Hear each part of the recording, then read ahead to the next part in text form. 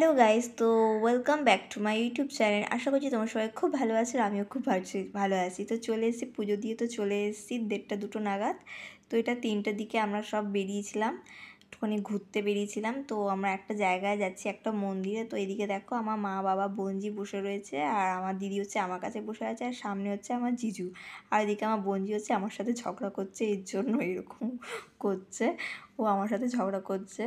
তার এদিকটা দেখো, চারদিকটা পুরো জঙ্গল আর জঙ্গল। আমার জায়গাটা বেশ ভালো লাগে, গ্রাম এরিয়া। আর হচ্ছে এদিকে মাটির বাড়ি, চারদিকে শুধু মাটির বাড়ি। আমার ভীষণ ভালো লাগছিলো জায়গাটা।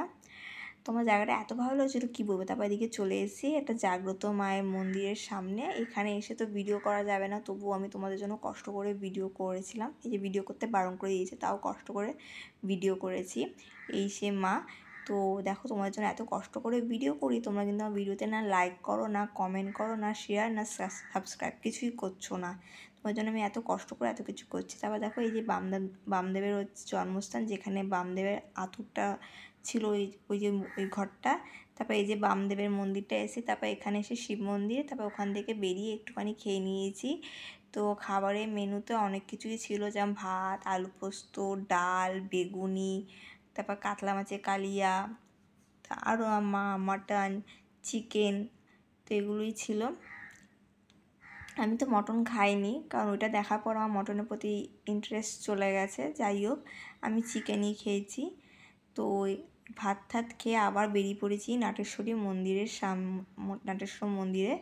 নাটেশ্বরী মন্দিরে যেতে না অনেক সময় গেছে, যেহেতু 25 কিলোমিটার অনেক দূর, আমরা জানতাম না। তো আমরা একজন থেকে জেনেই নাটেশ্বরী মন্দিরের সামনে চলেছি। দেখো কি আমার মায়ের সামনে এসে আমার মনটা এত শান্তি লাগছিল, কি বলবো। মানে মানে হচ্ছে আমার চোখ দিয়ে জল বেরিয়ে যাচ্ছিলো আমার মাকে দেখে।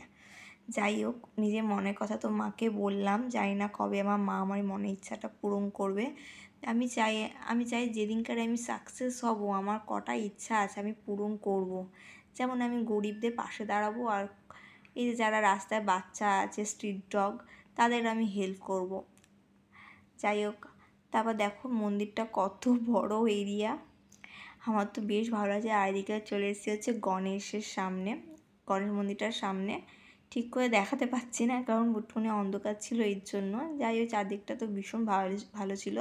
আর যখনই আমার মন্দিরটা থেকে বেরাবো, তখনই বৃষ্টি শুরু হয়ে গেছে।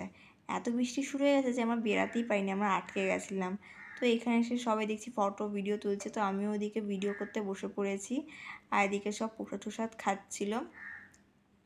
এই যে সেই নাটেশ্বরী মন্দির, আমার তো এখানে এসে ভীষণ ভালো লাগছিলো। এবার নেক্সটবার এসে আরও একটা জায়গা যাব, যেখানে আমরা যাইনি। ভিডিও যদি তোমাদের কোথাও ভালো লেগে থাকে, প্লিজ একটু লাইক করো, কমেন্ট করো, শেয়ার করো, সাবস্ক্রাইব করো। Bye, love you.